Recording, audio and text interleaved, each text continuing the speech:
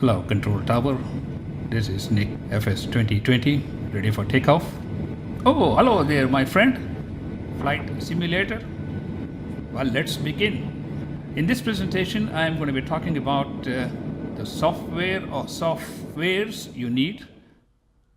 You need more than one software to really run this program. And also, I'm going to talk about some of the hardware you can add on, and then give you a little brief overview of how to set it up, and then we'll be ready to take off. How about that? So let's begin. First, let's talk about Microsoft Flight Simulator. Here is sort of a shopping list if you are getting into the hobby of setting up a Microsoft Flight Simulator. Of course, you're going to need a computer. I'm going to talk about the hardware specifics. And of course, you can use any TV monitor, which is LCD 1080p. You can actually use your computer monitor when you start off, but later on, you may want to add a 32-inch or a 48-inch television LCD 1080p monitor, which will be your window of whatever plane you're flying. The next item is, of course, the software. We're going to cover about the various versions of Microsoft Flight Simulator options available. Then we're going to talk about some of the hardware that can add a great deal of reality to the flying experience. You may want to consider looking into a yoke, which will give you different controls at the tip of your fingers, in terms of lifting the plane up, leveling the plane, turning, and bringing the plane down. Then you also have this Logitech Rudder, which helps you to turn the plane either to the left or to the right, and also apply brakes when you land. Yeah, you got to apply brakes when you land in order to get off the ground and stay in the air. You're going to need some controls which are done by this particular multi-function aeronautical Bravo by Honeycomb. Of course, there are other manufacturers which provide similar items. For example, Logitech also has this yoke, and they also have a combo box which comes with the yoke. It all depends on the functionality. After reviewing so many different hardware options, these are some of the best options I have found to be useful, and that's why I'm including these in order to save time for you. And also I'm showing you where you may be able to get these items.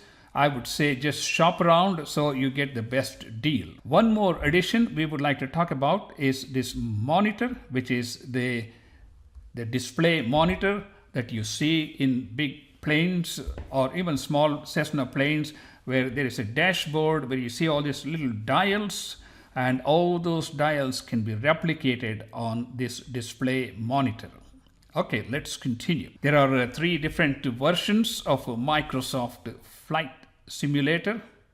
The standard version 59 and the premium deluxe is 107 plus change, which is 99 cents. I don't know why they could not have said, okay, it's $108. No, they want to say 107.99. I will go for the premium deluxe, and a couple of things I want to warn you.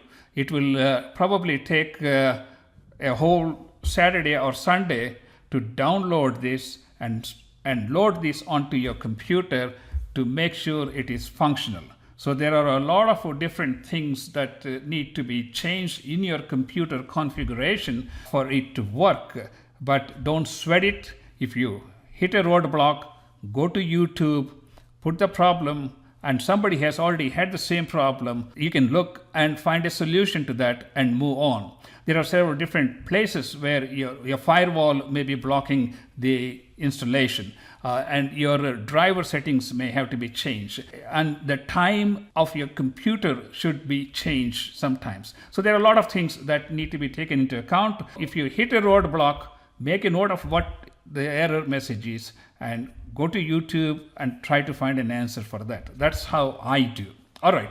So let's start off with the Microsoft Flight Simulator Premium Deluxe for $107.99, and they want you to buy these extra stuff if you like the digital ownership and Simulus Deluxe upgrade. Wait a minute. They already had 3 versions. Now you got a deluxe upgrade. Okay. Then you have a premium deluxe upgrade. Maybe you can buy software for many different planes, I would assume. And here is a Microsoft website address to get in-depth detail about the flight simulator and various options available. Now let's talk about the hardware. The computer that drives the software and gives you that experience of being a pilot of a Cessna or a Beechcraft or a 737 jet. According to the Microsoft website, you can use an i5 with 4 gigabyte, 150 gigabyte hard drive space with an internet speed of 20 megabytes per second. Forget this. If you want to really get a good experience, and if you're investing a lot of hours in the early morning and trying to get some fun out of it, so you can show your friends and have a good time, I would say go for the best option, and that is Intel i7 97 or 9800 chip, NVIDIA 2080 or anything more than 1070, along with 8 gigabyte graphic card memory, 32 gigabyte RAM, and always make sure you have an SSD drive so that the program can instantaneously refresh and move to the next step. Of course, you're going to need a fast internet speed, which nowadays may not be a problem. This is as far as the hardware requirements are concerned. You can start off with the computer you have and try to get a plane to the runway and see if you can get the plane off the ground and land it safely in one piece. That means you made your first step.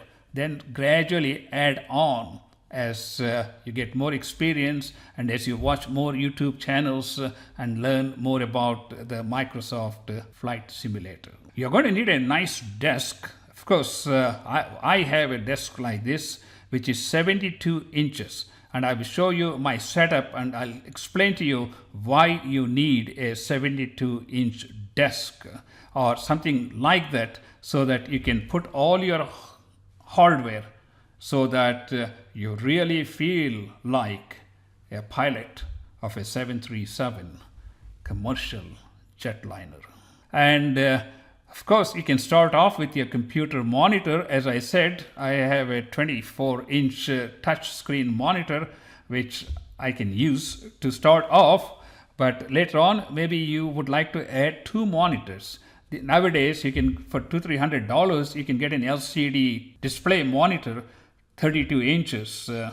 And you can get a stand like this and put these 2 monitors. Or if you want to get more fancy, you can put 3 monitors side by side so that you get a more realistic view of the windows in the front and windows on the side. Oh, you'll be feeling like you're sitting in a space shuttle. All right, that's as far as the view windows are concerned.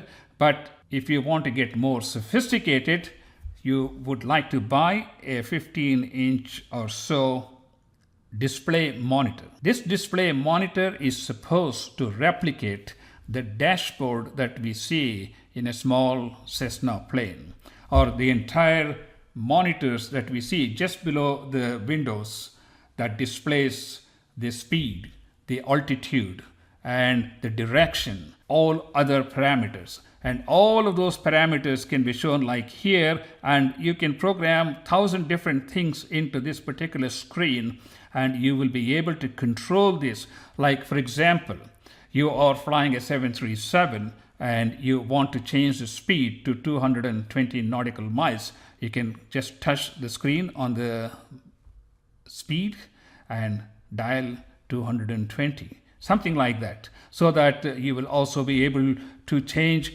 anything You can also put this on autopilot if you like.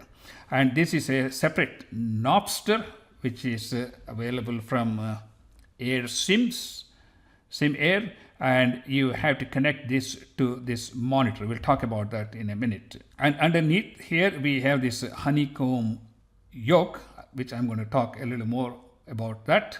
And as I was telling you, this honeycomb yoke has multiple buttons here at the top and also behind, and there are also 4 switches and at least 5 separate switches here, which gives you multiple functionalities in terms of power, in terms of air, all these different things which can be programmed into the software. And this is the control box for using this is for the flaps, this is for the throttle, so that you can increase the engine speed before you take off. And there are multiple other buttons which can be programmed into the system, which we'll get into later on. And of course, this is the rudder, which I was talking about. If you move one to the front, the other one comes back. So it is like a seesaw movement. And when you press on that, it will become a brake. These are some of the places where you can look. I would just shop around and see who has the best price so that you get a better deal. Next, these are the 2 main competitors as far as the yoke is concerned. I would say after reviewing so many different hardware specs, I think Honeycomb becomes a winner as far as the yoke is concerned because of its construction and also multiple functions built into that along with these switches. Whereas with Logitech, you had to buy a separate box for these switches. Now you have all these hardware set together. Now let's talk about this little monitor. Where are you going to get this monitor? And here are a couple of places on Amazon you can find, and these are all touch screen 1080p monitors with HDMI input.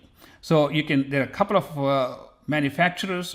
One is WinMaxit, a touchscreen monitor, and here's another one which is a 15.6-inch monitor. These are all designed for gaming computers, and along with that you have to get a push button Nopster. Here is a setup with this display monitor, yoke, and this little Nopster which I talked about. Here's a picture of an actual setup with this display monitor, the Nopster, and of course here you have the yoke, and here you have the Bravo. When you get all these things, you're a full professional pilot. Anyway, if you want to get more fancy, you can get something like this with 3 monitors and an ergonomic chair, all kinds of stuff, so that you will really look like a jet fighter pilot. While you're on being more and more sophisticated, you might as well get some of this gear, like a captain's gear. They're all like $10, $20. Why not?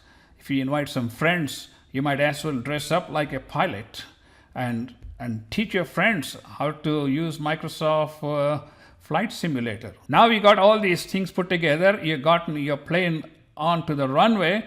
Now it's time to find an airport from where you want to take off and start the business. Here's my setup. You don't need all this hardware to get started, to get off the ground and land your Cessna planes safely. You can use a wireless keyboard or a mouse and still be able to accomplish, because all these numbers are programmed to do the same functions which the other hardware which we talked about does. In addition to that, of course, I have monitor speakers here. Of course, I have a sound box which I use for producing my YouTube videos, which is Focusrite 2x2. Along with that, I have a microphone here, so I don't have to have a microphone right in my face. So this is the setup I have here, which I use for producing my YouTube videos. And the same setup can be used, and we can put a big monitor here. Make sure I turn off all these lights, of course. And I could theoretically use this as a display monitor if I put a television here right behind on this wall, I have the whole setup. So ladies and gentlemen, this is an introduction to Microsoft Flight Simulator. I am your captain, Nick. You have been flying Nik FS 2020. We are ready to land. Thank you for choosing Nik 2020. We'll see you next time.